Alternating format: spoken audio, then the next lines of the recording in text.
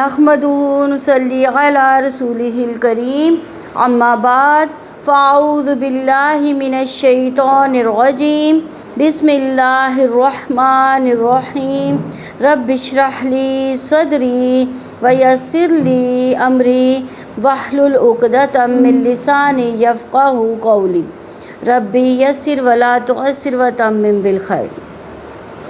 پارہ نمبر 5 میں جو چیزیں ہم نے پڑھی تھی وہ کسی کو یاد ہیں؟ کیا پڑھا تھا ہم نے؟ انسان اسی کے ساتھ اٹھایا جائے گا جس سے وہ محبت کرتا ہے، پہلی بات ہم نے جو پڑھی تھی۔ اور دنیا میں یہ دیکھنا چاہیے کہ ہماری کمپنی کن لوگوں کے ساتھ ہے، تو ہم کس کے ساتھ اٹھتے بیٹھتے ہیں، اپنے خوشی غم کس کے ساتھ شیئر کرتے ہیں، کیا وہ اللہ تعالیٰ کی نافرمانی کے کام کرتے ہیں یا اطاعت کے کام کرتے ہیں؟ یعنی جن کے ساتھ اٹھتے بیٹھتے ہیں کیا ان کے ہاں ان کے ساتھ کون سے کام ہو رہے ہیں، اطاعت کے کام ہو رہے ہیں یا نافرمانی کے؟ دوسری بات جو ہم نے پڑھی تھی، دوسروں کی نعمتیں دے کر غم زدہ نہ ہو بلکہ کیا کریں، اللہ تعالیٰ کا فضل ان سے مانگے۔ جیسے حضرت زکریا علیہ السلام نے مریم کی نعمتیں دیکھ کر کیا کہا تھا کہ اللہ تعالیٰ تو مجھے بھی فضل عطا فرما۔ جان و مال سے اللہ کے راستے میں خوب محنت کرنے والے بیٹھے رہنے والوں سے بہتر ہیں، اور امر بالمعروف کرنے سے پہلے یہ دعا اللہ تعالیٰ سے کرے کہ اللہ تعالیٰ ہماری زبان میں وہ تاثیر ڈال دے جو دوسروں کے دل پر اثر کرے۔ مثلاً اگر بچے بات نہیں سنتے تو کیا دعا کرنی چاہیے کہ اللہ ہماری بات ان کو سنوا دے۔ اور بات سنوانا کس کے ہاتھ میں ہے؟ اللہ تعالیٰ کے ہاتھ میں ہے۔ توحید اور شرک کے بارے میں جاننا بے حد ضروری ہے، اور یہ کیسے ہم جان سکتے ہیں؟ جب ہم قرآن و سنت کو پڑھیں گے، اس کا علم حاصل کریں گے، اس کا ترجمہ پڑھیں گے۔ یہ نہیں کہ یاسینیں پڑھتے جا رہے ہیں لیکن یہ کہ اس میں لکھا کیا ہوا یہ ہمیں پتہ ہی نہیں ہے۔ اور شکر جو ہے آگ سے بچاؤ کا بھی ذریعہ ہے، یہ بھی ہم نے پڑھا تھا۔ اور استغفار کی کیا کرنی چاہیے؟ کثرت سے استغفار پڑھنا چاہیے۔ حق و عدل اور انصاف کی بات کرنی چاہیے۔ نکاح نصف ایمان ہے، اس کو دین کا حصہ سمجھ کر کریں۔ جو عبادت سمجھ کر نکاح کرے گا وہ دین کی تمام باتوں کا خیال رکھے گا۔ 11ویں بات جو ہم نے پڑھی تھی، نماز میں سستی کرنا کیا چیز ہے؟ منافقت کرنا ہے، ٹھیک ہے۔ ابو ہریرہ رضی اللہ عنہ سے روایت ہے کہ وہ مدینہ کے ایک بازار سے گزرے اور وہاں کھڑے ہو کر کہا، اے بازار والو، تمہیں کس چیز نے عاجز کر دیا؟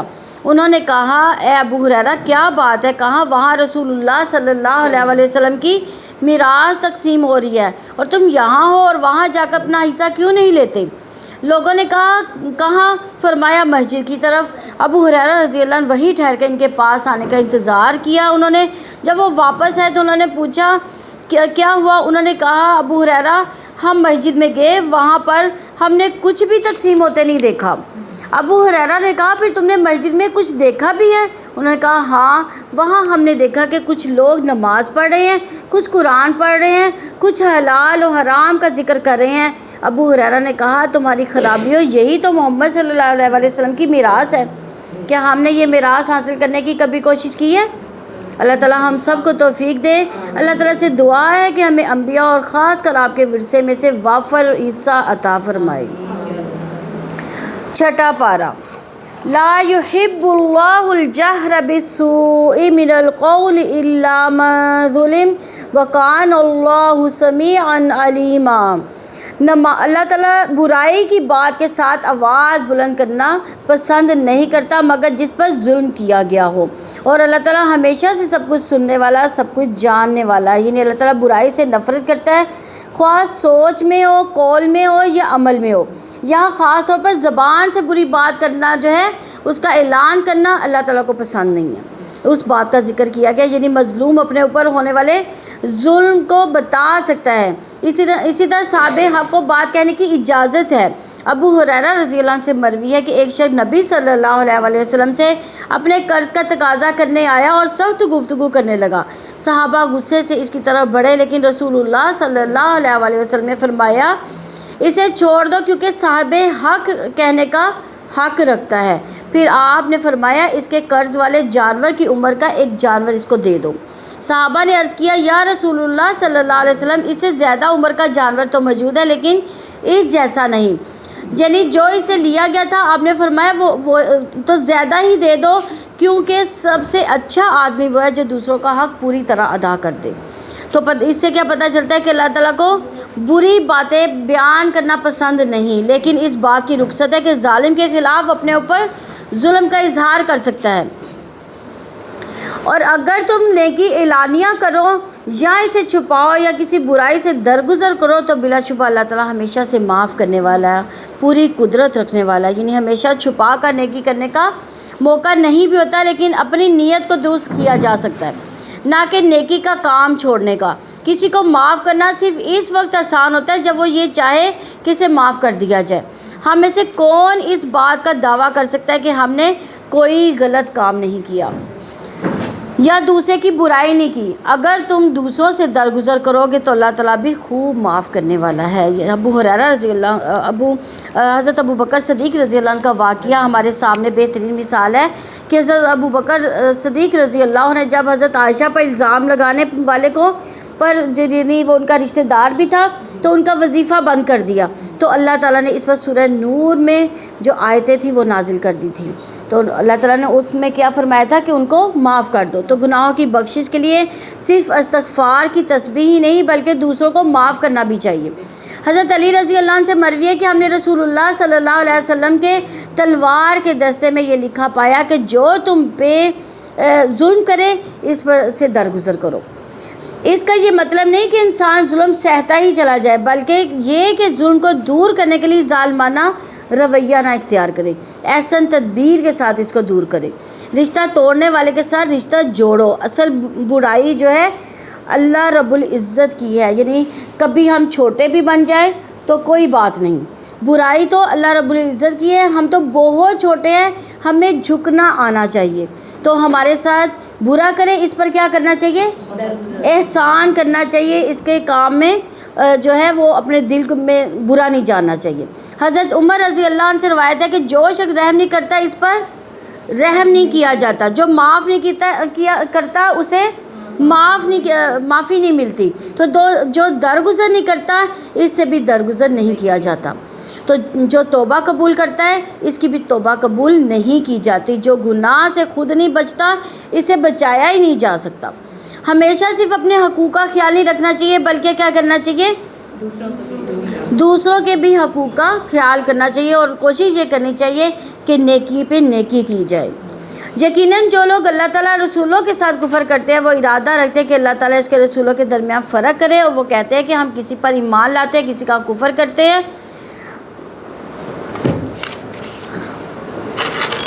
اور وہ ارادہ رکھتے ہیں کہ اس کے درمیان ہی میں سے کوئی راستہ بنا لے، اور یہی لوگ حقیقی کافر ہیں۔ ہم نے کافروں کے لیے ذلیل کرنے والا عذاب تیار کر رکھا ہے۔ یعنی بعض کہتے ہیں کہ ہم اللہ کو تو مانتے ہیں پر فلاں رسول کو نہیں مانتے، بعض کہتے ہیں کہ ہم فلاں رسول کو مانتے ہیں فلاں کو نہیں مانتے، ہے نا بعض فرقے اہل کتاب میں سے۔ اور جو لوگ اللہ تعالیٰ پر اس کے رسولوں پر ایمان لائے انہوں نے ان میں سے کسی ایک میں بھی فرق نہ کیا، تو یہی لوگ ہیں، جلد ہی اللہ تعالیٰ ان کو اجر عظیم عطا فرمائے گا، اور اللہ تعالیٰ ہمیشہ سے بے حد بخشنے والا نہایت رحم والا ہے۔ یعنی دین پر اپنی مرضی سے عمل نہیں کیا جا سکتا، جس چیز کو ماننے کا کہا گیا اس کو ماننا ضروری ہے۔ آخرت کے عذاب اور رسوائی سے بچنے کے لیے تمام رسولوں پر ایمان لانا بہت ضروری ہے۔ وحدت ادیان صرف اس وقت ہو سکتا ہے جب رسول اللہ صلی اللہ علیہ وسلم پر ایمان لایا جائے۔ اور اہل کتاب آپ سے سوال کرتے ہیں آپ ان پر آسمان سے کوئی کتاب اتاریں، وہ تو یقیناً موسیٰ سے اس سے بھی بڑا سوال کر چکے، چنانچہ انہوں نے کہا کہ ہمیں اللہ تعالیٰ کو بالکل سامنے دکھا دو، تو ان کے ظلم کی وجہ سے انہیں بجلی کی کڑک نے پکڑ لیا، پھر انہوں نے بچڑے کو معبود بنا لیا، اس کے بعد کہ ان کے پاس واضح نشانیاں آ چکی تھی، تو ہم نے اسے درگزر کیا، ہم نے موسیٰ کو واضح غلبہ دیا۔ یعنی موسیٰ علیہ السلام کے بھائی ان کے مددگار تھے، مگر بنی اسرائیل کا عمومی رویہ جو تھا اپنے پیغمبر کی مدد کرنے کا نہیں تھا، مگر اللہ نے پھر بھی موسیٰ علیہ السلام کو غلبہ عطا کیا۔ ہم نے ان سے پختہ عہد لینے کی وجہ سے ان پر پہاڑ کو اٹھایا، ہم نے ان سے کہا کہ دروازے میں سجدہ کرتے ہوئے داخل ہو جا، ہم نے ان سے کہا ہفتے کے دن میں تم زیادتی نہ کرو، ہم نے ان سے ایک انتہائی مضبوط عہد لیا تھا۔ چنانچہ ان کے پختہ عہد توڑنے، اللہ تعالیٰ کی آیات کا کفر کرنے، پیغمبروں کو ناحق قتل کرنے اور یہ کہنے کہ ہمارے تو دل غلافوں میں ہے، بلکہ ان کے کفر کرنے کی وجہ سے اللہ تعالیٰ نے ان کے دلوں پر مہر لگا دی۔ ان میں سے بہت ہی کم لوگ ہیں جو ایمان لاتے ہیں۔ یعنی یاد رکھیے، ایمان لانے اور نیک کام کرنے کی توفیق جو ہے کہ جو کن وجہ سے انسان سے چھینی جا سکتی ہے، کہ جو اللہ تعالیٰ کا عہد توڑتے ہیں، جو انبیاء کے ساتھ زیادتی کرتے ہیں، کوئی بات سننے کو تیار نہیں ہے۔ مومن غلطی کر کے سراسر اصرار نہیں کرتا، بلکہ فوراً ہی اس غلطی سے پلٹ جاتا ہے۔ گناہ سے فوراً نکلنے کی فکر کرنی چاہیے، اور یہ خیر کا دروازہ کھولتی ہے۔ اور ان کے کفر کی وجہ سے اور مریم پر ان کے بہتان عظیم کی وجہ سے اور ان کے کہنے کی وجہ سے کہ یقیناً اللہ تعالیٰ کے رسول مسیح ابن مریم کو ہم نے قتل کیا، حالانکہ انہوں نے نہ اسے قتل کیا نہ انہیں سولی چڑھایا، بلکہ ان کے لیے اس کی شبیہ بنا دی گئی تھی۔ اور بلا شبہ جن لوگوں نے ان میں اختلاف کیا، یقیناً اس کے بارے میں شک میں ہیں، انہیں ان کے بارے میں گمان کا پیچھا کرنے کے سوا علم نہیں، اور انہوں نے یقیناً اسے قتل نہیں کیا، بلکہ اللہ تعالیٰ نے اسے اپنی طرف اٹھا لیا، اور اللہ تعالیٰ ہمیشہ سے سب پر غالب کمال حکمت والا ہے۔ یعنی آج کل بھی جو ہے، یعنی اس آیت سے اللہ تعالیٰ کی ایک صفت عزیز استعمال ہوئی ہے، جس کا ایک معنی عزت دینے والا، یعنی اللہ اپنے دوستوں کو، پیغمبروں کو عزت دینے والا ہے۔ اور اہل کتاب میں سے کوئی ایسا نہیں مگر اس کی موت سے پہلے اس پر ضرور ایمان لائے گا، اور قیامت کے دن وہ ان پر گواہ ہوگا۔ یعنی عیسیٰ علیہ السلام دوبارہ دنیا میں آئیں گے، طبعی موت سے فوت ہوں گے۔ اہل کتاب ان کی وفات سے قبل ان پر ایمان لے آئیں گے۔ قبل الموت ہی سے مراد عیسیٰ علیہ السلام کی وفات ہے، اور عیسیٰ علیہ السلام دوبارہ دنیا میں آئیں گے، طبعی موت سے فوت ہوں گے، مسلمان کا جنازہ پڑھیں گے، پھر قیامت کے دن جو ہے دوبارہ اٹھائے جائیں گے۔ ابو ہریرہ رضی اللہ عنہ سے مروی ہے، وہ کہتے ہیں کہ رسول اللہ صلی اللہ علیہ وسلم نے فرمایا، عیسیٰ ابن مریم نازل ہوں گے، پس وہ خنزیر کو قتل کریں گے، صلیب کو مٹا دیں گے، اور ان کے لیے نماز کو جمع کیا جائے گا، مال عطا کیا جائے گا، یہاں تک کہ اسے قبول نہیں کیا جائے گا، یعنی کوئی صدقہ لینے والا نہیں ہوگا۔ آپ جزیہ کو ختم کر دیں گے اور روحا نامی جگہ پر پڑاؤ کریں گے، وہاں سے حج یا عمرہ کریں گے، یا ان دو عبادتوں کو ملا کر کریں گے۔ پھر ابو ہریرہ رضی اللہ نے اسی آیت کی تلاوت کی، وَإِن مِّنْ أَهْلِ الْكِتَابِ إِلَّا لَيُؤْمِنَنَّ بِهِ قَبْلَ الْمَوْتِ يَوْمَ الْقِيَامَةِ يَكُونُ عَلَيْهِمْ شَهِيدًا۔ عیسیٰ علیہ السلام کا دوبارہ دنیا میں آنا متواتر احادیث سے ثابت ہے، یعنی 70 سے زیادہ احادیث ہے جو اس بات پر گواہ ہے کہ عیسیٰ علیہ السلام دوبارہ آئیں گے، اور دنیا میں وہ حاکم عادل کی شکل میں آئیں گے، نئے نبی کی شکل میں نہیں، نبی صلی اللہ علیہ وسلم کی پیروی کرتے ہوئے آئیں گے۔ ان کے آنے کے بعد اسلام کے سوا باقی ادیان بھی ختم ہو جائیں گے۔ حضرت ابو ہریرہ رضی اللہ عنہ سے روایت ہے کہ نبی صلی اللہ علیہ وسلم نے فرمایا، میرے اور عیسیٰ کے درمیان کوئی نبی نہیں ہے، اور یقیناً وہ اترنے والے ہیں، جب تم انہیں دیکھو تو پہچان لوگے، وہ درمیانی قامت والے، ان کا رنگ سرخ و سفید ہوگا، وہ ہلکے زرد رنگ کے لباس میں ہوں گے، ایسے محسوس ہوگا جیسے ان کے سر سے پانی ٹپک رہا ہے، حالانکہ نمی نہیں ہوگی۔ وہ لوگوں سے اسلام کے لیے قتال کریں گے، صلیب توڑیں گے، جزیہ موقوف کر دیں گے۔ اللہ ان کے زمانے میں اسلام کے علاوہ دیگر ادیان کو ختم کر دیں گے، وہ مسیح الدجال کو ہلاک کر دیں گے، اور عیسیٰ علیہ السلام زمین میں 40 سال رہیں گے، پھر ان کی وفات ہوگی اور مسلمان ان کا جنازہ پڑھیں گے، یاجوج ماجوج بھی ان کے دور میں نکلیں گے۔ عیسیٰ علیہ السلام قیامت کی نشانیوں میں سے ایک نشانی بھی ہیں۔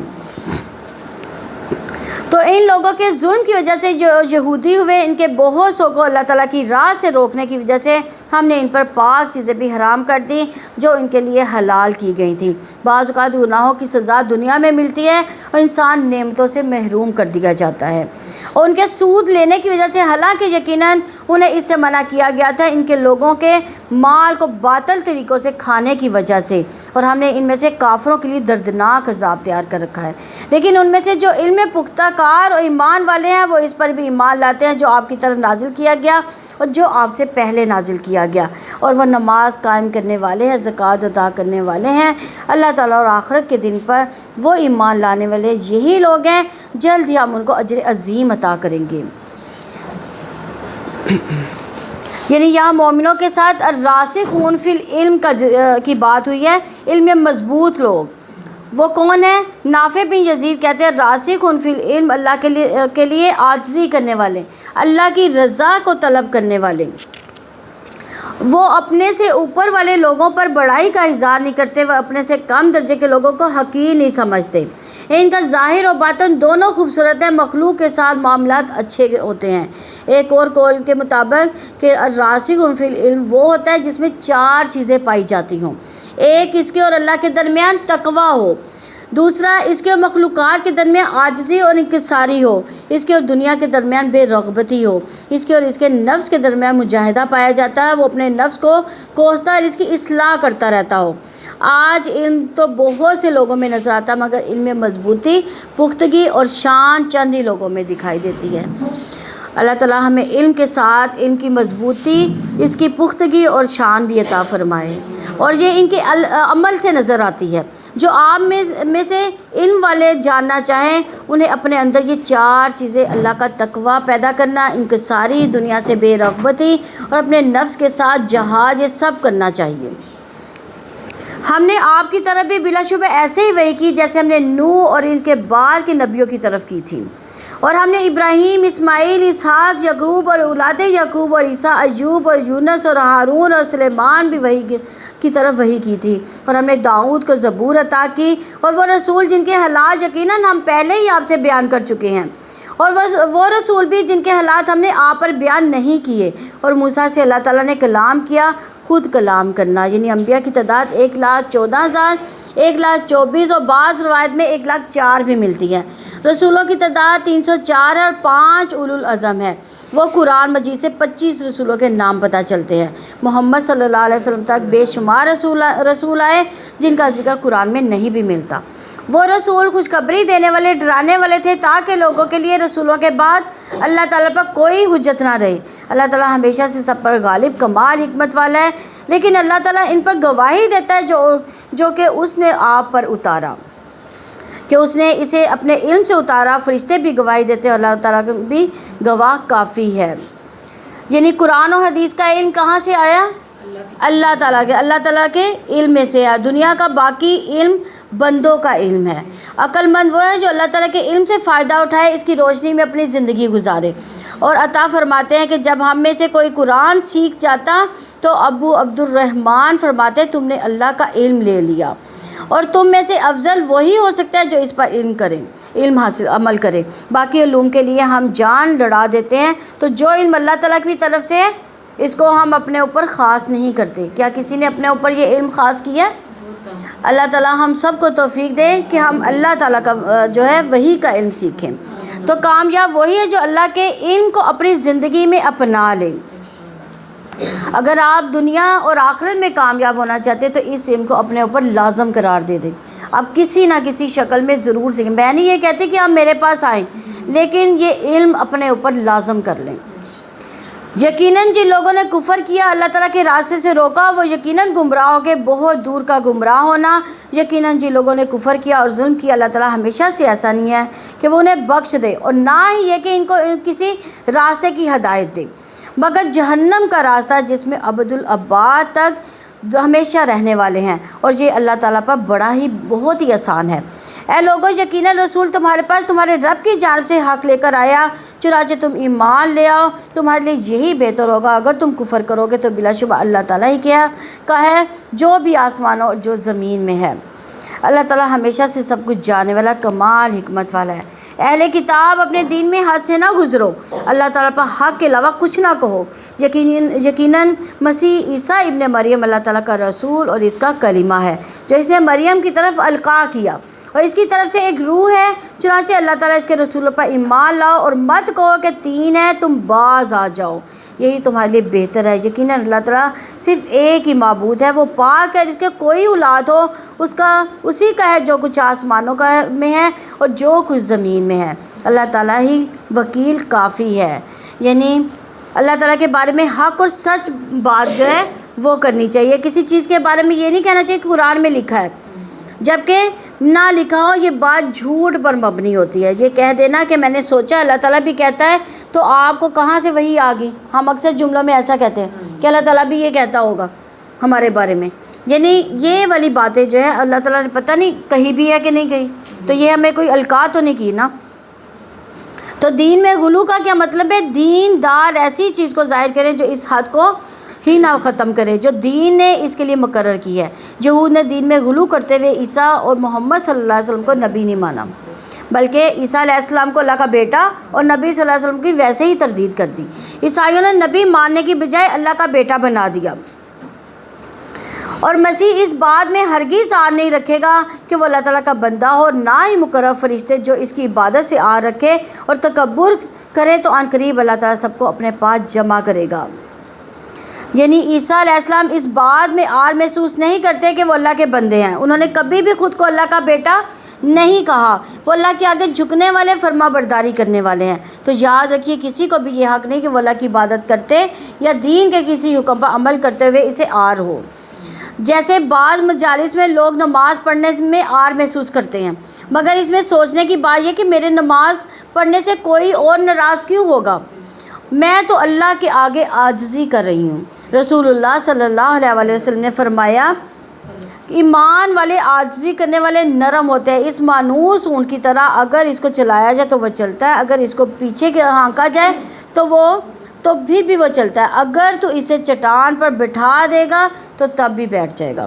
بعض اوقات ہم دین کا کام کرتے ہوئے بھی ایسی انا کا شکار ہو جاتے ہیں کہ اپنے موقف سے پیچھے ہٹنے کو تیار ہی نہیں ہوتے، یعنی ہم کہتے ہیں ہمارا موقف جو ہے وہ سب سے بیسٹ ہے۔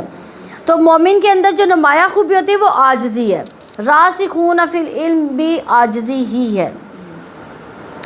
پر جو لوگ ایمان لائے تو عن قریب اللہ تعالیٰ سب کو اپنے پاس جمع، بس جو لوگ ایمان لائے اور جنہوں نے نیکیاں کی تو اللہ تعالیٰ ان کا پورا اجر انہیں دے گا اور اپنے فضل سے انہیں مزید بھی عطا کرے گا، اور رہے وہ لوگ جنہوں نے آر سمجھا، تکبر کیا، تو وہ انہیں دردناک عذاب دے گا۔ وہ اللہ تعالیٰ کے سوا اپنے لیے کوئی نہ دوست پائیں گے نہ ہی کوئی مددگار، یعنی بندہ اپنی حیثیت میں کام کرتا ہے لیکن اللہ اپنی شان کے مطابق دیتا ہے۔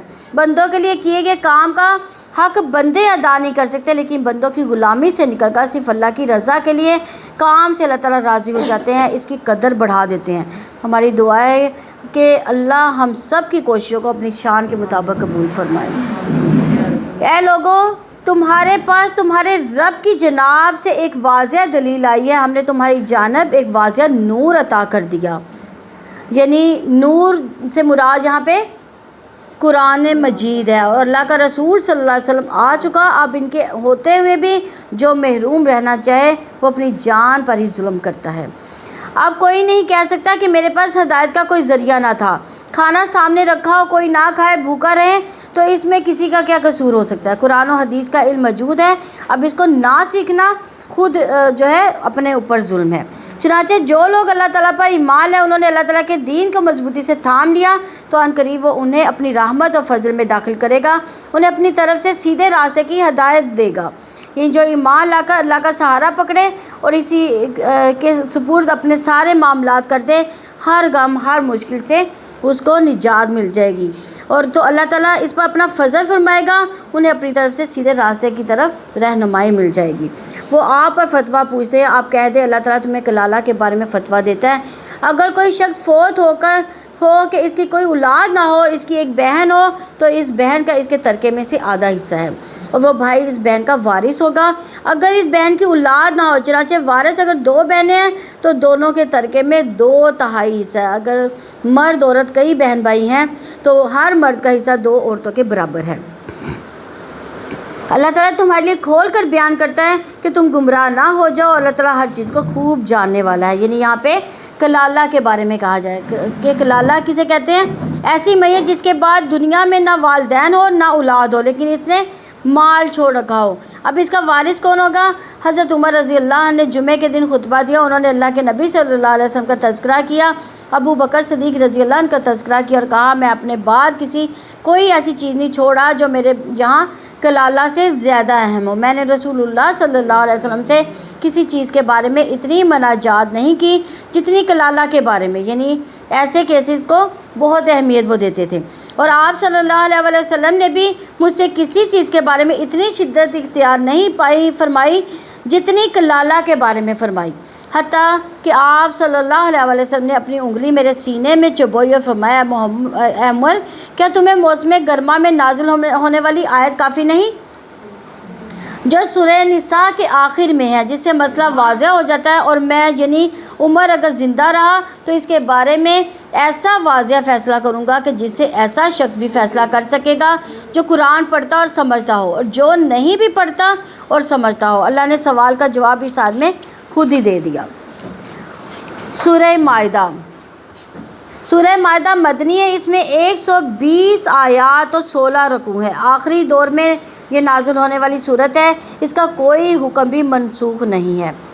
اس میں ایمان لانے والوں کو خطاب کر کے بات شروع کی گئی ہے۔ پیچھے یا بنی اسرائیل جہاں اہل الکتاب کے نام سے بات شروع کی گئی ہے، اور یہاں ایمان والوں سے خطاب کیا جا رہا ہے۔ قرآن مجید میں 88 دفعہ یا ایھا الذین آمنوا کہا گیا، اور جن میں سے 16 دفعہ اس صورت میں آیا ہے، یعنی یہ وہ صورت ہے جس میں سب سے زیادہ ایمان والوں کو پکارا گیا ہے۔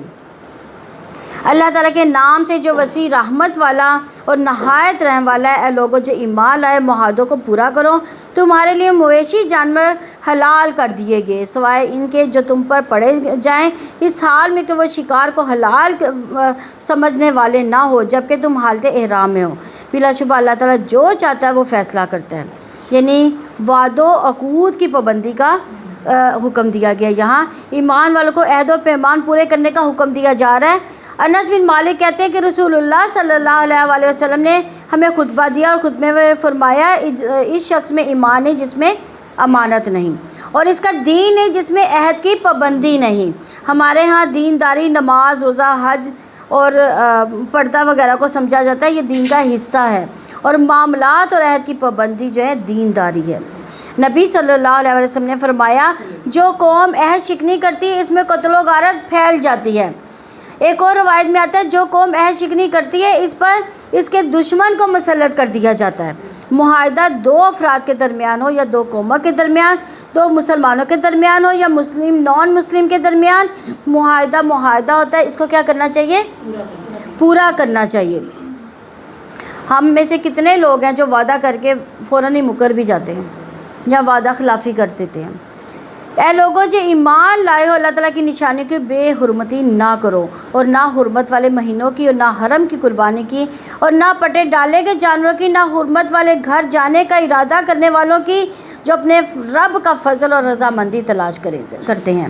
اور جب تم احرام کھول دو تو شکار کرو، اور کسی قوم کی دشمنی کہ اس نے تمہیں مسجد حرام سے روکا تھا تمہیں ہرگز اس بات کا مجرم نہ بنا دے کہ تم حد سے بڑھ جاؤ، اور تم نیکی اور تقوی پر ایک دوسرے سے تعاون کرو، گناہ اور زیادتی پر ایک دوسرے سے تعاون نہ کرو، اور اللہ تعالیٰ سے ڈرو، بلا شبہ اللہ تعالیٰ سخت سزا دینے والا ہے۔ یعنی شکار کی اجازت دی گئی ہے، لازمی حکم نہیں ہے کہ کسی قوم کی دشمنی تمہیں ان سے زیادتی کرنے پر آمادہ نہ کرے۔ دین کا زبردست اصول ہے کہ اسلام کی خوبصورت تعلیم دی گئی ہے کہ مسلمانوں کے ساتھ مکہ والوں نے بہت زیادتی کی تھی، اب مکہ فتح ہو چکا، راستے کھل چکے، مسلمان طاقتور ہو چکے، اب مسلمان چاہے تو اپنے دشمنوں کے خلاف خوب انتقام لے سکتے ہیں۔ لیکن یہاں بھی کیا کہا گیا کہ ایسا نہ کرو کہ دشمن کے ساتھ تم بھی زیادتی کرو۔ وَتَعَاوَنُوا عَلَى الْبِرِّ وَالتَّقْوَىٰ، البر سے مراد ہر طرح کی نیکی، اس میں شامل ہے ایمان، عقائد، عبادات، اخلاقیات اور معاملات کی نیکی۔ تقویٰ جب بر کے مقابلے میں آئے تو اس کا مطلب ہے کہ گناہوں سے بچنا، اور البر کا مطلب ہے نیکی کمانا۔ تو دین دو طرح سے مکمل ہوتا ہے، ایک طرف انسان اچھے کام کرے، دوسری طرف غلط کام چھوڑ دیں۔ نیکی کے کاموں پر ایک دوسرے کی مدد کرو، گناہ کے کاموں میں مدد نہ کرو۔ یہ ایک عام وصیت ہے جو اہل ایمان کو کی گئی ہے۔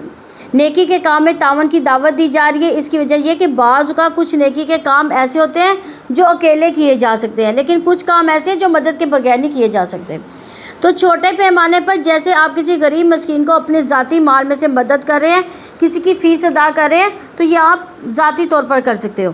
کسی کے گھر کا کرایہ دے رہے ہیں، لیکن بعض بڑے پروجیکٹ ہوتے ہیں یعنی جس میں ایک بندہ سب مل کر ایک بندہ کام نہیں کر سکتا، سب مل کر کام کر سکتے ہیں، تو اس میں دوسروں کو شریک کرنا ضروری ہوتا ہے۔ تو پھر دوسروں کو اعتماد کرنا چاہیے کہ جو شخص ہمیں خیر کی طرف بلا رہا ہے اس کا کوئی اپنا ذاتی مطلب نہیں۔ یہ کہ ہم بعض اوقات مل کر کام نہیں کرتے، خود کر کے خوش رہتے ہیں۔ جو کام اجتماعی طور پر کیے جاتے ہیں ان میں خیر و برکت بڑھ جاتی ہے۔ بے شمار مخلوق اسے فائدہ اٹھاتی ہے، اس لیے اس آیت میں مل کر کام کرنے کی بات کی گئی ہے۔ تو نیکی کے مختلف اقسام ہیں۔ ابو موسیٰ رضی اللہ عنہ سے روایت ہے، نبی صلی اللہ علیہ وسلم نے فرمایا ہر مسلمان پر صدقہ واجب ہے۔ لوگوں نے عرض کیا اگر کوئی نہ کر سکے تو آپ نے فرمایا اپنے ہاتھ سے کام کرے، اس سے اپنی ذات کو نفع پہنچائے اور صدقہ کرے۔ لوگوں نے پوچھا اگر اس کی بھی نہ استطاعت ہو تو کوئی بوڑھا ہے، بیمار ہے یا کمزور ہو سکتا ہے، تو آپ نے فرمایا کسی حاجت مند پریشان حال کی مدد کر دے، یعنی کوئی پریشان ہے اس کا دل بہلانے والی بات ہی کر دے کوئی۔ لوگوں نے عرض کیا اگر یہ بھی نہ کر سکے تو آپ نے فرمایا خیر کا حکم دیا کرے یا اچھی باتوں کا حکم دیا کرے۔ لوگوں نے عرض کیا اگر یہ بھی نہ ہو تو آپ نے فرمایا بری باتوں سے روکے، یعنی تقویٰ، بری باتوں سے رکنا۔ انسان نیکی کی طرف دوسروں کی رہنمائی کرتا ہے، ان کو کام کے ساتھ شریک کرتا ہے، تو جتنے لوگ اس کو کرتے ہیں اس کا اجر اس کو ملتا ہے۔ نبی صلی اللہ علیہ وسلم نے فرمایا جس نے بھلائی کا رستہ دکھایا تو اسے اتنا ہی اجر ملتا ہے جتنا کہ اس کے کرنے والے کو ملتا ہے۔ اس آیت میں دو چیزوں سے روکا گیا ہے، وَلَا تَعَاوَنُوا عَلَى الْإِثْمِ وَالْعُدْوَانِ، یعنی نبی کریم صلی اللہ علیہ وسلم نے فرمایا جو شخص کسی ناحق مقدمے میں کسی کی مدد کرے وہ تب تک اللہ تعالیٰ کی ناراضگی میں رہتا ہے جب تک اسے چھوڑ نہ دے۔ اس لیے اس پیشے کو بہت سوچ سمجھ کر کرنا چاہیے، کسی غلط کام، قاتل یا انصاف کے خلاف عمل کی پشت پناہی نہیں کرنی چاہیے۔ یہ بہت جامع آیت ہے، اس کو اپنی زندگی کا ایک رہنما اصول بنا لینا چاہیے۔ جہاں کوئی خیر کا کام کر رہا ہے اس کے ساتھ شامل ہو جائیں۔ جیسے کوئی میز اٹھا رہا ہے تو اس کے ساتھ کیا کرنا چاہیے، بڑھ کر اس کی مدد کر لینی چاہیے، تو اس کا کام آسان اور جلدی ہو جائے گا۔ تو تعاون کا رویہ اپنائیے، مل جل کر کام کرنا سیکھیے۔ تم پر حرام کر دیا گیا ہے مردار اور خون اور سور کا گوشت، اور وہ جس پر اللہ تعالیٰ کے سوا کسی کا نام پکارا جاتا ہے، اور گلا گھٹنے سے مرنے والے جانور، چوٹ لگنے سے مرنے والا جانور، بلندی سے گر کر مرنے والا، سینگ لگنے سے مرنے والا، اور جسے درندے نے کھایا ہو مگر جسے تم نے ذبح کیا ہو، اور جو کسی آستانے پر ذبح کیا گیا ہو۔ اور یہ بھی حرام ہے کہ تم تیروں کے ساتھ قسمت کا حال معلوم کرو، یہ نافرمانی ہے۔ آج تمہارے دین سے وہ لوگ مایوس ہو گئے جنہوں نے کفر کیا، چنانچہ تم ان سے نہ ڈرو اور تم مجھ سے ڈرو۔ آج میں نے تمہارے لیے تمہارے دین کو مکمل کر دیا، تم پر اپنی نعمت مکمل کر دی، اور تمہارے لیے اسلام کو بطور دین پسند کیا۔ چنانچہ جو شخص بھوک میں مجبور کیا جائے کہ گناہ کے لیے مائل ہونے والا نہ ہو تو بلا شبہ اللہ تعالیٰ بے حد بخشنے والا، نہایت رحم والا ہے۔ تو اس آیت میں کہ ان کاموں کو گناہ کے کام قرار دیے گئے۔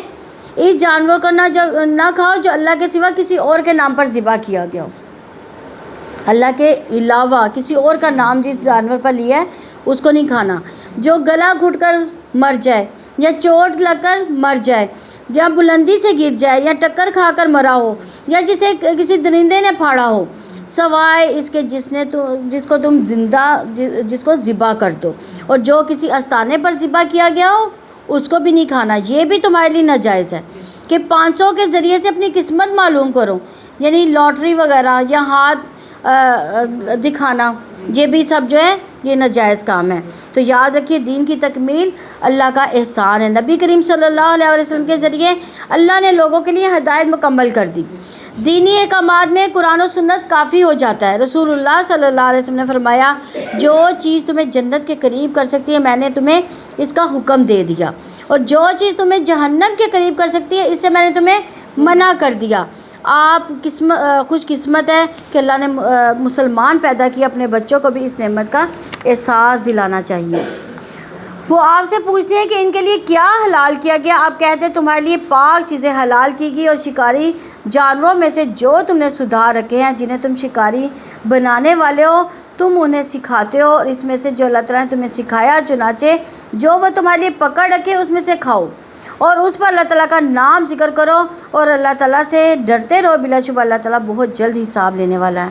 یعنی اس آیت سے جو بڑی خاص بات پتہ چل رہی ہے کہ علم والوں کی بڑی فضیلت ہے، یہاں تک کہ وہ کتا جسے شکار کی تعلیم دی گئی ہے اور وہ بھی بڑا فائدہ مند ہے، اس کا پکڑا ہوا شکار بھی حلال ہے، اسے دوسرے جانوروں کے مقابلے میں زیادہ فضیلت ملی ہے۔ تو اللہ نے اس کتے کو بھی کسی نہ کسی مقصد کے لیے پیدا کیا، اس سے بھی انسانوں کو فائدے حاصل ہوتے ہیں۔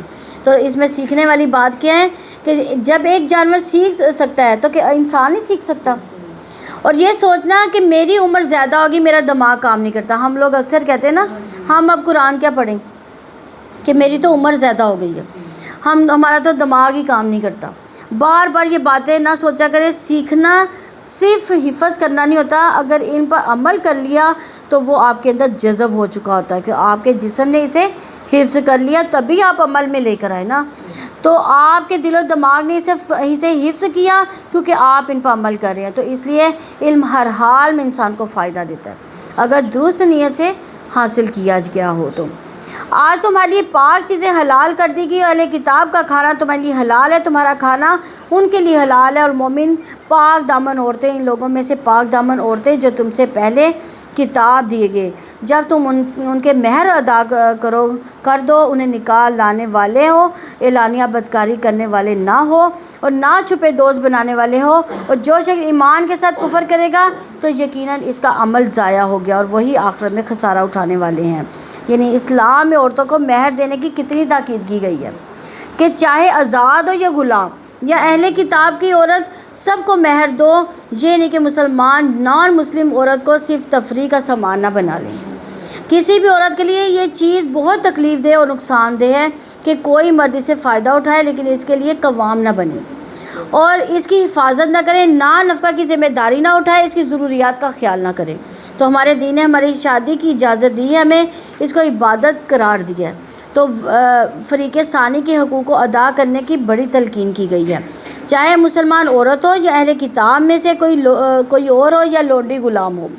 رسول اللہ صلی اللہ علیہ وسلم نے فرمایا, مہر یا جس وعدے کے ساتھ عورت کی شرمگاہ کو حلال کیا جاتا ہے تو یہ اسی عورت کا حق ہے. اور عقد نکاح کے بعد جس چیز کے ساتھ عورت کے باپ بھائی اس کی تکریم کی جائے اسی کا ہوگا. یعنی اگر کسی کو کوئی تحفہ دیا جائے تو وہ اسی کا ہوگا. اور انسان کی جس کے بدلے میں سب سے زیادہ تکریم کی جانی چاہیے وہ اس کی بیٹی یا بہن ہے. بیٹی یا بہن کو جو بیاہ کر دیا جاتا ہے اس کی عزت کرو.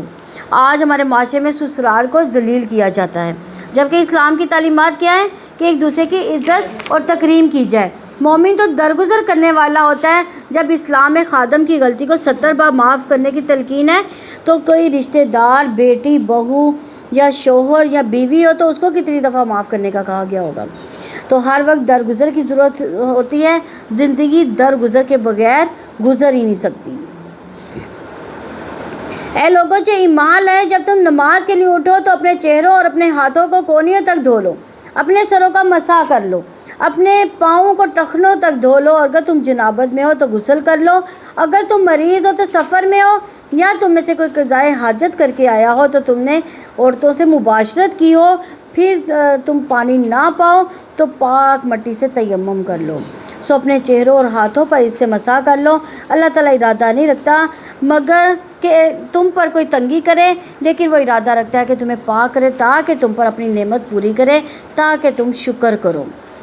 یعنی یہاں پہ کون سا طریقہ بتایا گیا ہے؟ وضو کا طریقہ پہلے بتایا گیا, تیمم کا بعد میں. پہلے وضو کا طریقہ بتایا گیا, پاکیزگی کا حکم دے کر پاک کیا جا رہا ہے. اللہ کا حکم انعام یہ ہے کہ اللہ وضو کے ذریعے گناہوں کو معاف کر دیتا ہے. اور اچھی طرح وضو کرنا کیا ہے؟ نصف ایمان ہے. وضو ظاہری نجاست کو بھی دور کرنے کا ذریعہ اور باطن کی گندگی بھی دور کر دیتا ہے. قیامت کے دن بھی وضو کے اعضاء چمک رہے ہوں گے. نبی صلی اللہ علیہ وسلم اپنی امت کو ان اعضاء کے چمکنے کی وجہ سے پہچانیں گے. وضو و طہارت کے ذریعے اللہ ہم پر اپنی نعمت مکمل کر دے گا.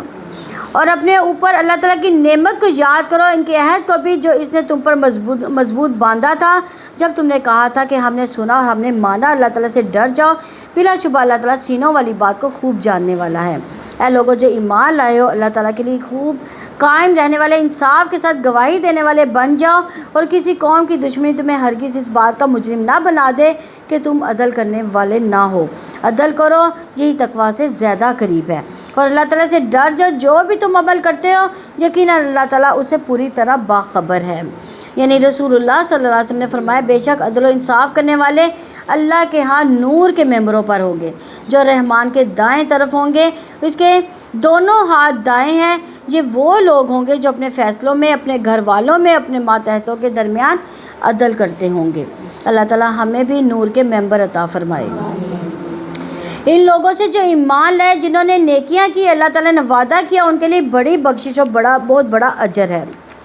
اور جن لوگوں نے کفر کیا اور ہماری آیات کو جھٹلایا، ایسے لوگ دوزخ والے ہیں۔ اے لوگوں جو ایمان لائے، اپنے اوپر اللہ تعالیٰ کی نعمت کو یاد کرو جب کچھ لوگوں نے ارادہ کیا تھا کہ وہ تمہاری طرف اپنے ہاتھ بڑھائیں، چنانچہ اللہ تعالیٰ نے ان کے ہاتھوں کو تم سے روک دیا۔ اللہ تعالیٰ سے ڈر جاؤ، پس لازم ہے کہ مومن اللہ تعالیٰ پر توکل کرے۔ یعنی یہاں پہ جو یہ بھی اللہ تعالیٰ کا بڑا فضل ہوتا ہے کہ اللہ دشمن کی جنگ کو روک دے اور انسان کو آزمائش سے محفوظ کر دے۔ اور بلا شبہ یقیناً اللہ تعالیٰ نے بنی اسرائیل سے پختہ عہد لیا تھا اور ہم نے ان میں سے 12 کو سردار مقرر کیا۔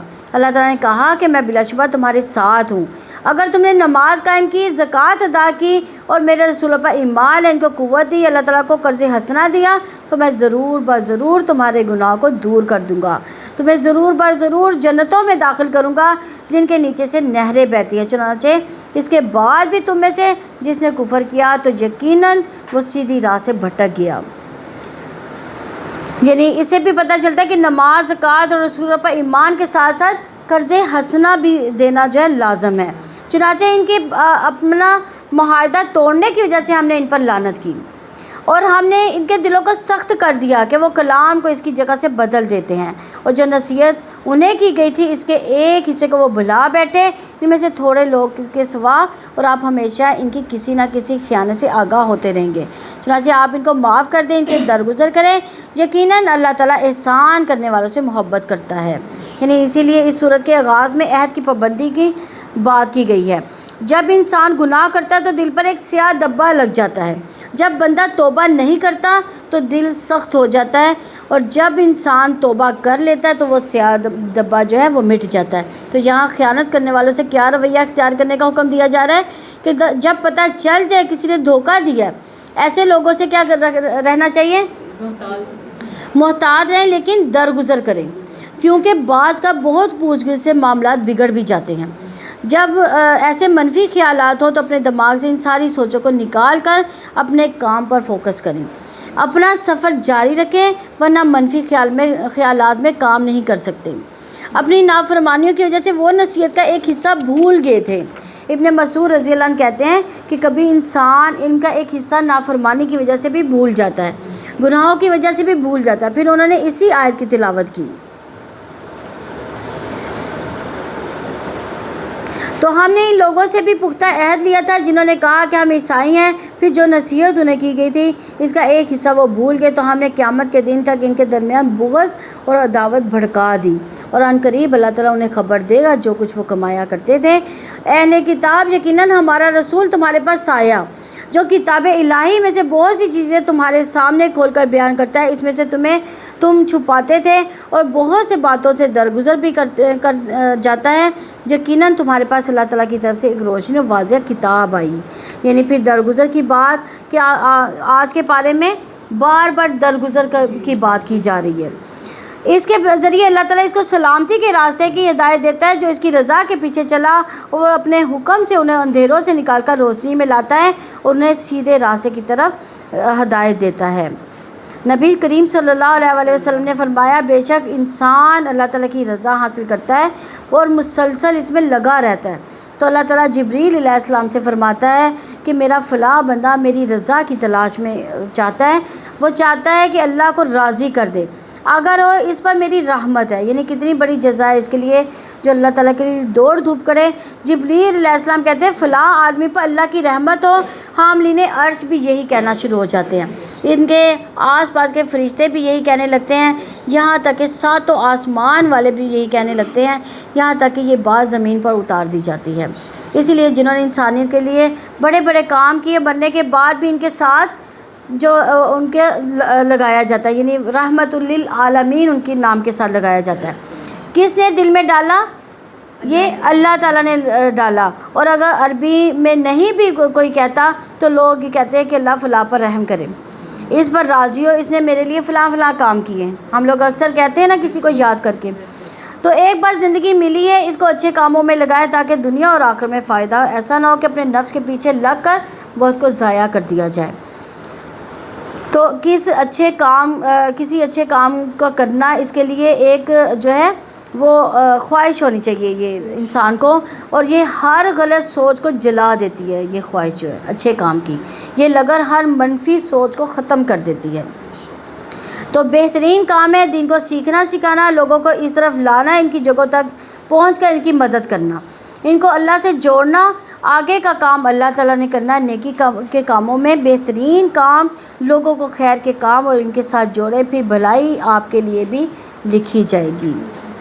بلا شبہ یقیناً ان لوگوں نے کفر کیا جنہوں نے کہا کہ یقیناً مسیح ابن مریم ہی اللہ تعالیٰ ہے۔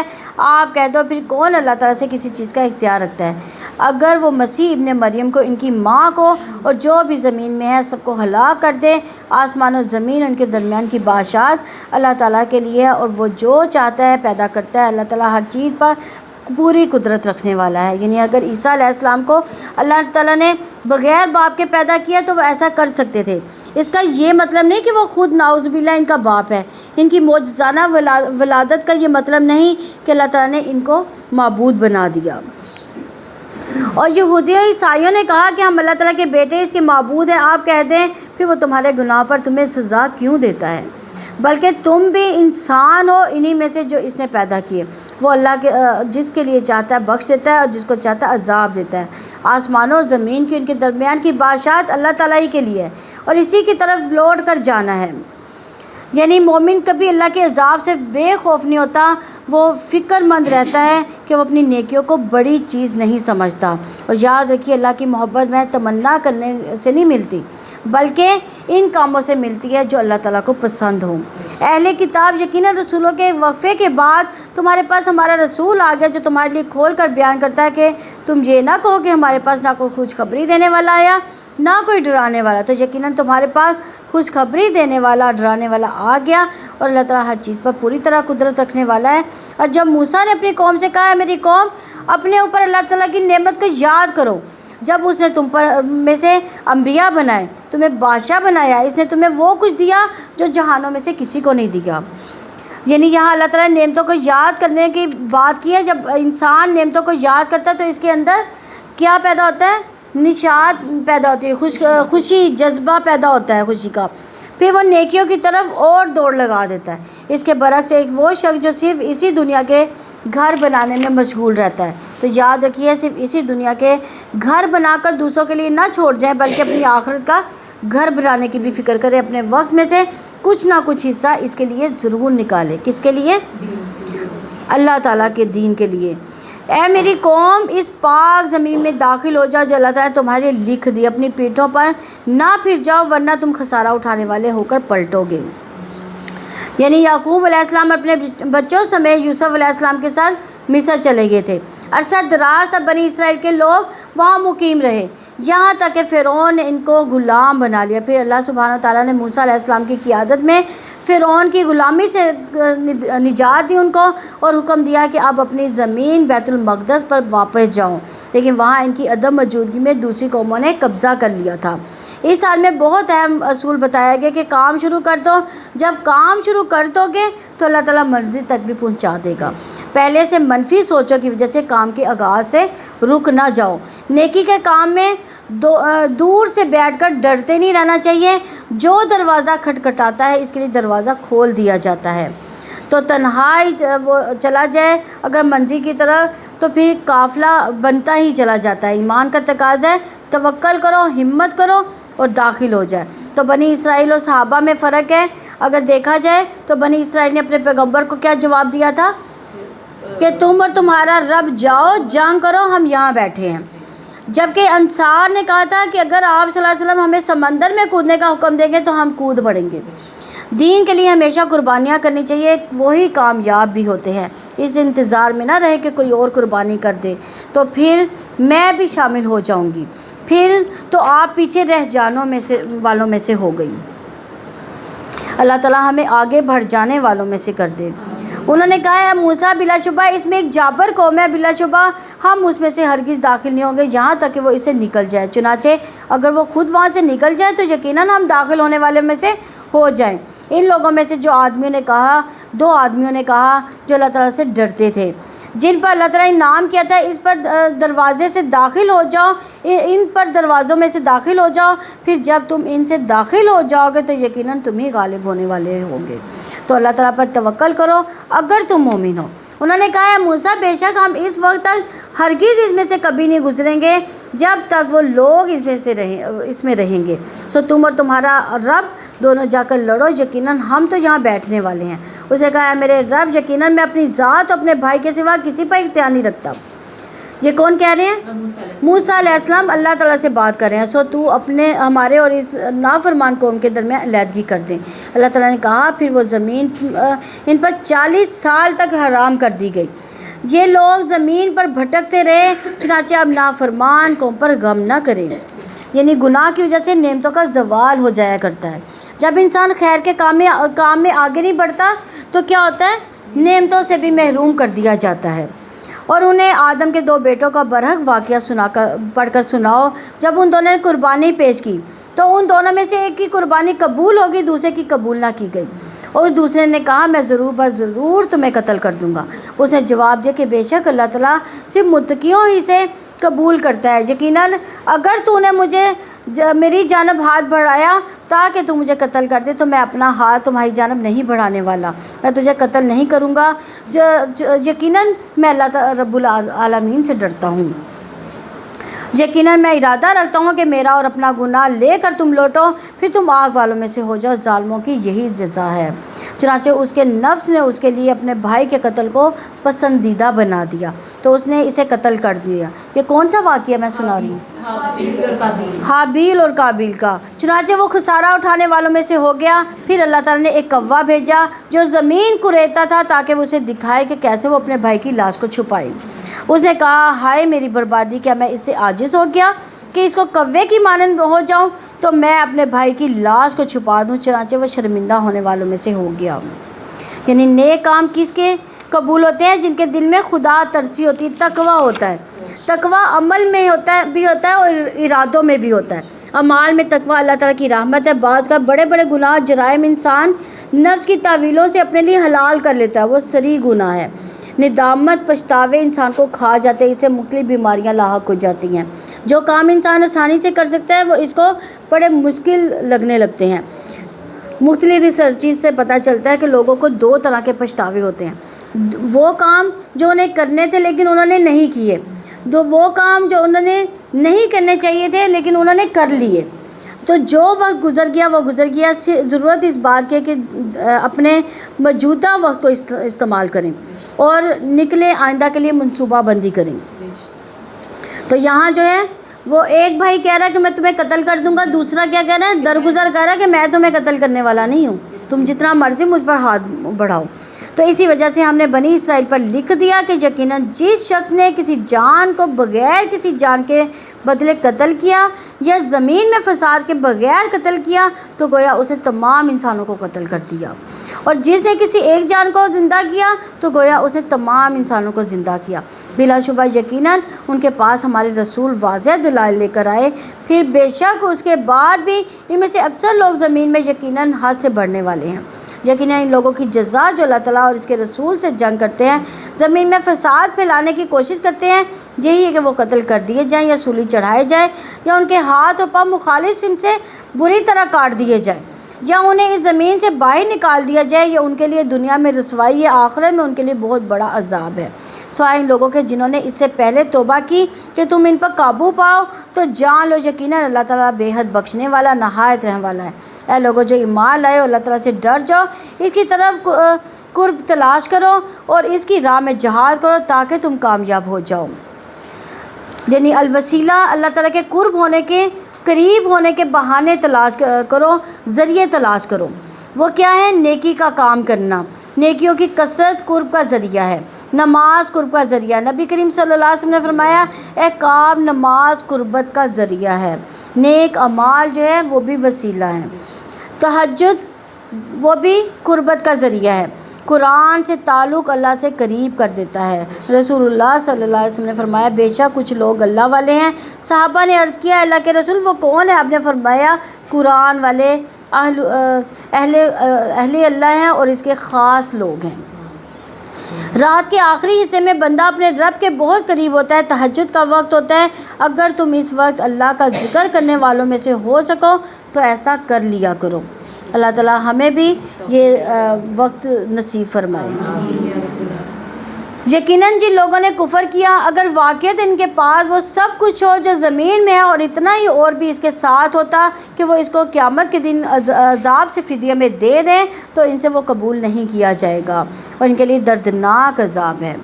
جھوٹ کو بہت سننے والے، حرام کو بہت کھانے والے، چنانچہ اگر وہ آپ کے پاس آئیں تو آپ ان کے درمیان فیصلہ کر دیں یا ان سے اعراض کر لیں، اور اگر وہ آپ ان سے اعراض کریں تو وہ آپ کو کچھ بھی نقصان نہیں پہنچا سکیں گے، اور اگر آپ فیصلہ کریں تو ان کے درمیان انصاف کے ساتھ فیصلہ کریں، یقیناً اللہ تعالیٰ انصاف کرنے والوں کو پسند کرتا ہے۔ اور وہ آپ کو کیسے منصب بنائیں گے حالانکہ ان کے پاس تورات ہے جس میں اللہ تعالیٰ کا حکم ہے، پھر اس کے بعد بھی وہ منہ موڑ رہے ہیں اور وہ لوگ مومن ہی نہیں۔ یقیناً تو ہم نے تورات نازل کی جس میں ہدایت اور روشنی تھی، اسی کے مطابق اللہ تعالیٰ کے فرما بردار انبیاء، اللہ والے علماء ان لوگوں کے لیے فیصلہ کرتے تھے جو یہودی بنے، اس لیے کہ انہیں کتاب اللہ کا محافظ بنایا گیا تھا اور وہ اس پر گواہ بھی تھے۔ چنانچہ تم ان لوگوں سے نہ ڈرو اور مجھ سے ڈرو، میری آیات کے بدلے تھوڑی قیمت نہ لو، اور جو اس کے مطابق فیصلہ نہ کرے جو اللہ تعالیٰ نے نازل کیا تو وہی لوگ کافر ہیں۔ اور ہم نے اس بات میں ان پر لکھ دیا تھا کہ بلا شبہ جان کے بدلے جان، آنکھ کے بدلے آنکھ، ناک کے بدلے ناک، کان کے بدلے کان، دانت کے بدلے دانت، زخموں کا بھی برابر کا بدلہ ہے۔ پھر جس نے اس قصاص کو صدقہ کر دیا یعنی معاف کر دیا تو وہ اس کے لیے کفارہ ہے، اور جو اس کے مطابق فیصلہ نہ کرے جو اللہ تعالیٰ نے نازل کیا تو وہی لوگ ظالم ہیں۔ نہیں، جس کے عذاب پر بھی قصاص ہے، معاف کرنا بھی قصاص سے بہتر ہے۔ تو انس بن مالک کہتے ہیں میں نے دیکھا کہ نبی صلی اللہ علیہ وسلم کے پاس جب بھی کوئی مقدمہ لایا جاتا ہے جس میں قصاص ہوتا تو آپ اس معاملے میں معاف کرنے کا حکم دیتے۔ رسول اللہ صلی اللہ علیہ وسلم نے فرمایا جو بندہ کسی کے ظلم کو معاف کرے گا اللہ قیامت کے دن اس کی عزت بڑھا دے گا، وہ عزت تو ہمیشہ کے لیے ہے۔ پھر معاف کرنے کی بات یہ بھی ہمارے دین نے سکھایا کہ معاف کر دو، اور ہم نے ان کے پیچھے ان کے قدموں کے نشانوں پر عیسیٰ ابن مریم کو بھیجا جو اس سے پہلے تورات کی تصدیق کرنے والا تھا، اور ہم نے اس کو انجیل عطا کی جس میں ہدایت و روشنی تھی اور جو اپنے سے پہلے تورات کی تصدیق کرنے والی تھی، اور متقی لوگوں کے لیے ہدایت و نصیحت تھی۔ یعنی تورات اور انجیل میں بھی تقوی والوں کے لیے ہدایت تھی، اور لازم ہے کہ اہل انجیل اسی کے مطابق فیصلے کرے جو اللہ تعالیٰ نے اس میں نازل کیا، اور جو اس کے مطابق فیصلے نہ کرے تو اللہ تعالیٰ نے نازل کیا تو وہی لوگ فاسق ہیں۔ اللہ تعالیٰ کی کتاب کے مطابق فیصلہ نہ کرنا کفر، ظلم اور فسق ہے۔ رسول اللہ صلی اللہ علیہ وسلم نے فرمایا جو لوگ کتاب اللہ کے مخالف فیصلہ کرتے ہیں ان میں فکر و فاقہ پھیل جاتا ہے۔ جس قوم کے امام کتاب اللہ کے مطابق فیصلہ نہ کریں وہ آپس میں لڑتے رہتے ہیں، اور ہم نے آپ کی طرف یہ کتاب حق کے ساتھ نازل کی ہے جو تصدیق کرنے والی اس کے لیے جو کتاب میں سے اس سے پہلے اور اس پر نگہبان ہے، چنانچہ آپ ان کے درمیان کے مطابق فیصلہ کریں جو اللہ تعالیٰ نے نازل کیا، اور جو حق آپ کے پاس آیا اسے چھوڑ کر اس کی خواہشات کا پیچھا نہ کرو۔ تم میں سے ہر ایک کے لیے ہم نے ایک راستہ، ایک طریقہ مقرر کر دیا، اور اگر اللہ تعالیٰ چاہتا تو ضرور وہ تمہیں ایک امت بنا دیتا، لیکن وہ چاہتا ہے کہ اس میں تمہاری آزمائش کریں جو اس نے تمہیں عطا کیا، چنانچہ تم بھلائیوں میں سب کو لے جاؤ، تم سب کو اللہ تعالیٰ کی طرف پلٹ کر جانا ہے، پھر وہ تمہیں اس چیز کے متعلق بتائے گا جس میں تم اختلاف کیا کرتے تھے۔ یعنی اللہ چاہتا ہے تو سب کو مسلمان پیدا کر دیتا، لیکن اس نے راستے کے چناؤ کا اختیار اور آزادی دے رکھی ہے، اور یہ آزادی جو ہے یہ انسان کی آزمائش ہے، اور یہ کہ آپ ان کے درمیان کے مطابق فیصلہ کریں جو اللہ تعالیٰ نے نازل کیا، ان کی خواہشات کا پیچھا نہ کریں، آپ ان سے بچ کر رہیں، کہیں آپ کو اس میں سے بعض کے متعلق فتنے میں نہ ڈال دیں جو اللہ تعالیٰ نے آپ کی طرف نازل کیا، پھر اگر وہ منہ موڑ لے تو جان لو کہ یقیناً اللہ تعالیٰ ارادہ رکھتا ہے کہ ان کے بعض گناہوں کی وجہ سے انہیں مصیبت میں مبتلا کر دیں، اور بلا شبہ انسانوں میں سے اکثر یقیناً نافرمان ہے۔ یعنی اس سے پتہ چلتا ہے کہ گناہ مصیبت میں ڈالنے کا بھی سبب بنتے ہیں۔ اللہ کا شکوہ ہے کہ اکثر لوگ نافرمان ہیں۔ اتنی نعمتیں اللہ نے بندوں کو دی لیکن بندے اللہ تعالیٰ کی فرما برداری پر راضی نہیں ہوتے، تو کیا وہ جاہلیت کا فیصلہ چاہتے ہیں؟ اور کون اللہ تعالیٰ سے فیصلہ کرنے میں بہتر ہے ان لوگوں کے لیے جو یقین رکھتے ہیں۔ یعنی جاہلیت کے طریقہ اللہ تعالیٰ کے نزدیک ناپسندیدہ کام ہے۔ جو کلچر جو طور طریقے دور جاہلیت میں رائج تھے ان کو دین بنا لینا، ان سے متاثر ہونا، ان کی پیروی کرنا، یہ اللہ تعالیٰ کے نزدیک پسندیدہ نہیں ہے۔ اے لوگوں جو ایمان لائے ہو، یہودی و عیسائی کو دوست نہ بناؤ، وہ ایک دوسرے کے دوست ہیں، اور تم میں سے جو انہیں دوست بنائے گا تو وہ یقیناً انہی میں سے ہے۔ بلا شبہ اللہ تعالیٰ ظالم لوگوں کو ہدایت نہیں دیتا۔ چنانچہ آپ دیکھیں کہ جن لوگوں کے دلوں میں بیماری ہے وہ ان میں دوڑ کر جاتے ہیں، وہ کہتے ہیں ہم ڈرتے ہیں کہ مصیبت کا چکر ہمیں نہ پہنچ جائے۔ پھر ہو سکتا ہے کہ اللہ تعالیٰ فتح کو لے آئے یا اپنی جناب سے کوئی معاملہ لے آئے، تو وہ ان باتوں پر نادم ہو جو انہوں نے اپنے دلوں میں چھپا رکھی ہیں۔ اور وہ لوگ جو ایمان لائے کہیں گے کہ کیا یہ وہی لوگ ہیں جنہوں نے اللہ تعالیٰ کے نام کی پکی قسمیں کھائی ہیں کہ بلا شبہ یقیناً وہ تمہارے ساتھ ہیں، ان کے سارے اعمال ضائع ہو گئے، چنانچہ وہ خسارہ اٹھانے والے ہو گئے۔ اے لوگوں جو ایمان لائے تم میں سے جو بھی اپنے دین سے پھر جائے گا تو اللہ تعالیٰ جلد ہی ان لوگوں کو لے آئے گا جن سے وہ محبت کرے گا، وہ اس سے محبت کریں گے اور مومنوں پر بہت نرم و کافروں پر بہت ہی سخت ہوں گے۔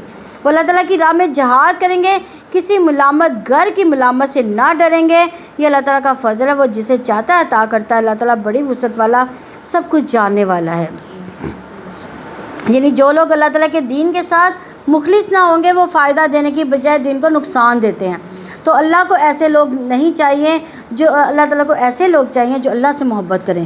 اگر کوئی یہ سمجھتا ہے کہ میں ٹیم یا وصف میں شامل نہ ہو تو یہ لوگ دین کے کام میں آگے نہیں بڑھ سکیں گے، تو یہ ان کی خام خیالی ہے۔ بعض اوقات کسی ایک شخص سے نکلنے کے بعد اللہ اسے بہتر لوگ دے دیتا ہے، یعنی اگر ایک ٹیم بن کر کام ہو رہا ہے تو کچھ لوگ یہ سمجھتے ہیں کہ ہم ان کے ساتھ نہیں چلیں گے تو یہ ان کو نقصان ہو جائے گا، لیکن اگر ان کی نیت اچھی ہے ان لوگوں کی جو کام کرے تو اللہ تعالیٰ ان کے ساتھ اور لوگوں کو شامل کر دے گا۔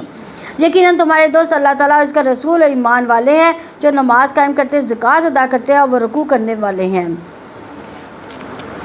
اور جو اللہ تعالیٰ کو اس کے رسول کو ایمان والوں کو دوست بنائے گا تو یقیناً اللہ تعالیٰ کی جماعت ہی غالب آنے والی ہے۔ لوگوں جو ایمان لائے ہو، کافروں کو اور ان لوگوں کو جنہیں تم سے پہلے کتاب دی گئی اپنا دوست نہ بناؤ، انہوں نے تمہارے دین کو مذاق اور کھیل بنا رکھا ہے، اور تم اللہ تعالیٰ سے ڈرو اگر تم مومن ہو۔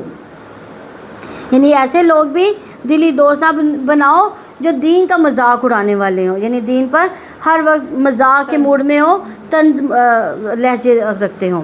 تو جب تم نماز کے لیے اذان دیتے ہو تو یہ اسے مذاق اور کھیل بنا لیتے ہیں۔ یہ اس وجہ سے ہے کہ بلا شبہ ایسے لوگ جو سمجھتے نہیں، یہ دین کا شعار کا مذاق اڑانا اصل میں ناسمجھی کی علامت ہے۔ اذان کو خاموشی سے سننا چاہیے۔ رسول اللہ صلی اللہ علیہ وسلم نے فرمایا جب تم اذان سنو تو وہی کلمات کہو جو مؤذن کہتا ہے، پھر اذان کے بعد دعا کرنی چاہیے۔ عبداللہ بن عمر کہتے ہیں انہوں نے نبی صلی اللہ علیہ وسلم کو بیان کرتے ہوئے سنا جب تم مؤذن کو سنو تو اسی طرح کہو جیسے وہ کہتا ہے، پھر مجھ پر درود پڑھو، تحقیق جس نے مجھ پر ایک بار درود پڑھا اللہ اس کو 10 رحمتیں نازل کرتا ہے۔ پھر میرے لیے اللہ سے وسیلہ طلب کرو، یعنی بلا شبہ یہ وسیلہ جنت یعنی ایک منزل کا نام ہے، وہ جو اللہ تعالیٰ کسی بندے کو ملے گی، اور مجھے امید ہے کہ وہ میں ہی ہوں گا۔ اور جس نے میرے لیے اللہ سے وسیلہ طلب کیا اس کے لیے شفاعت حلال ہو گئی۔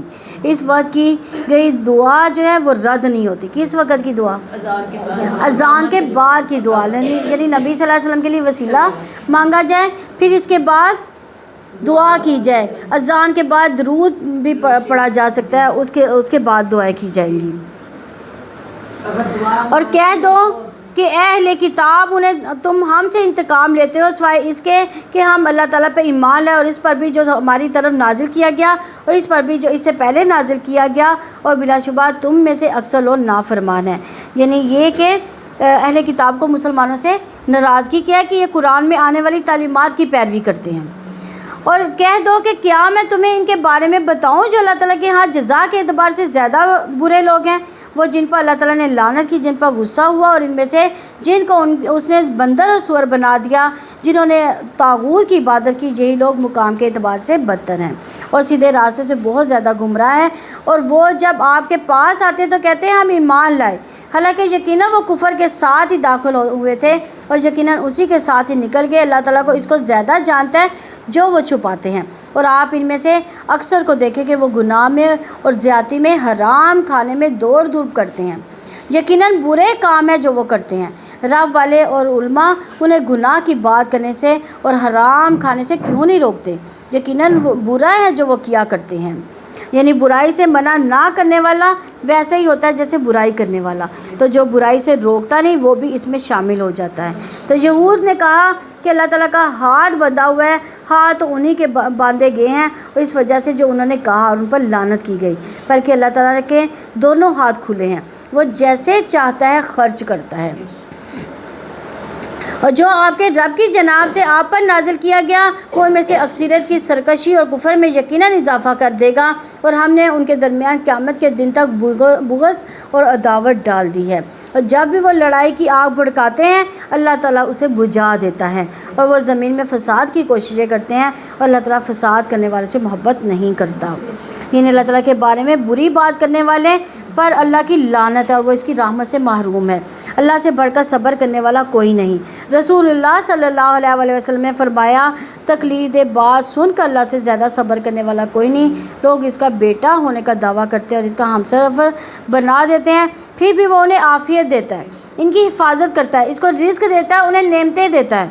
اور ہم نے کسی کو کچھ نہ بھی دیا ہو، وہ ہمارے بارے میں کچھ برا کہے بھی تو ہم صبر نہیں کرتے، اور اللہ سب کچھ دے رہا ہے پھر بھی اس پر باتیں بنا رہے ہیں، پھر بھی دیے جا رہے ہیں۔ یہ ہے اللہ تعالیٰ کا حوصلہ۔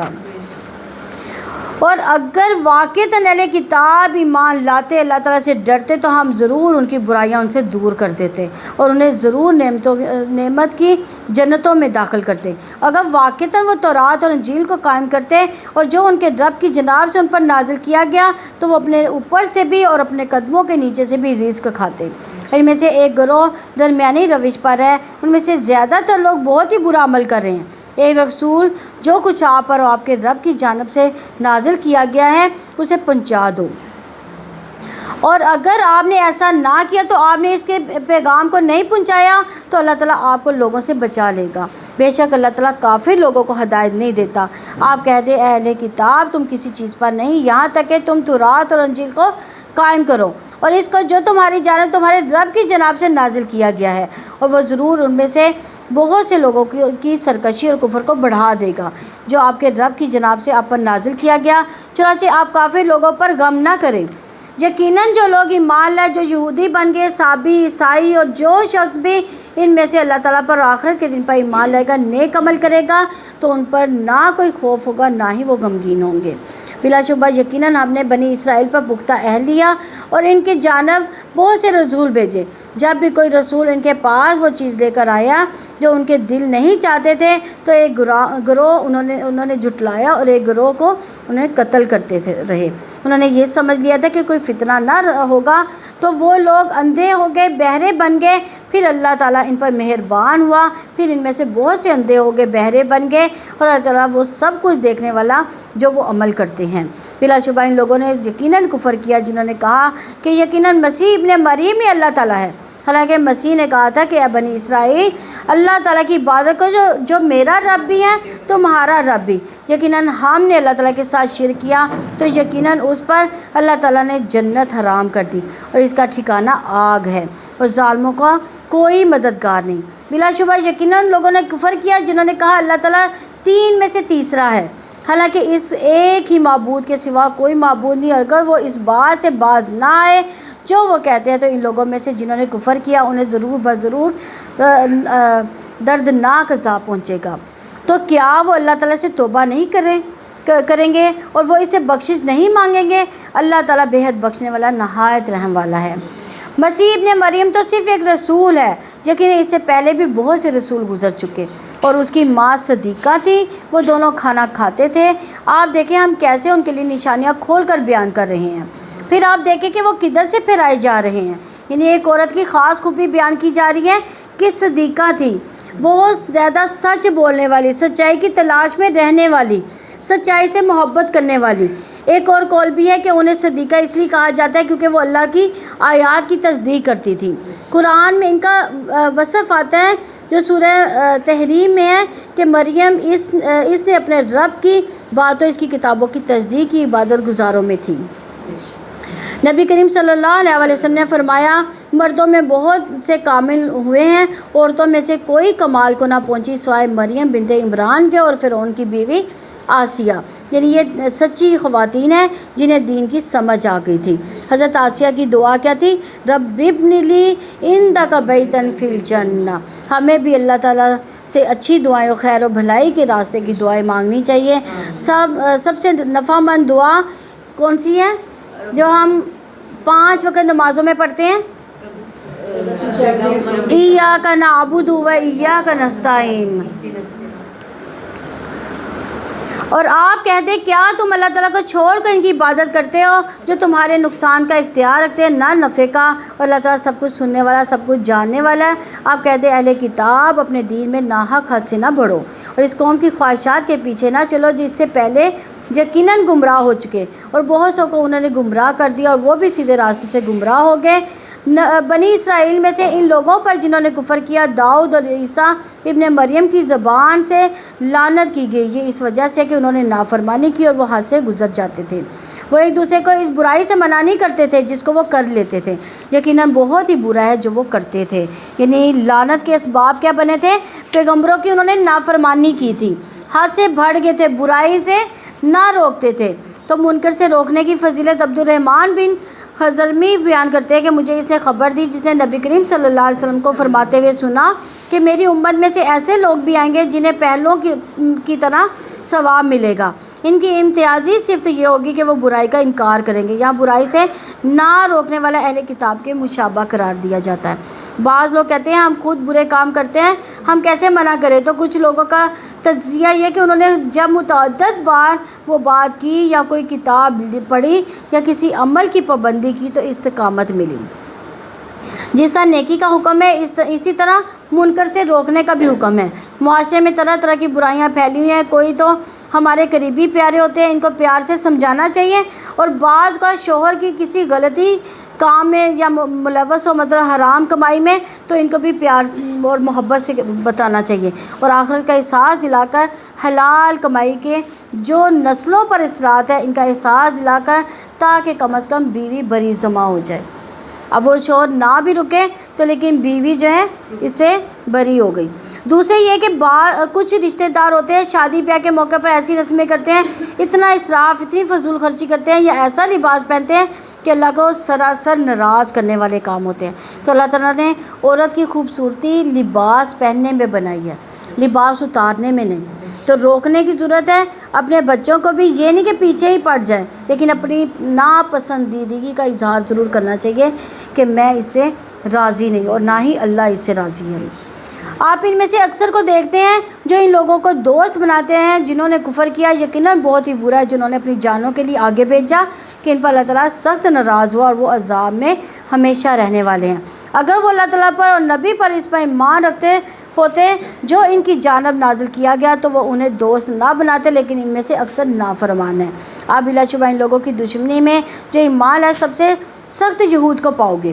ان لوگوں کو جنہوں نے شرک کیا یقیناً آپ ان سب سے دوستی میں زیادہ قریب ان لوگوں سے جو ایمان لائے ان لوگوں کو پاؤ گے جنہوں نے کہا کہ یقیناً ہم نصارہ ہیں۔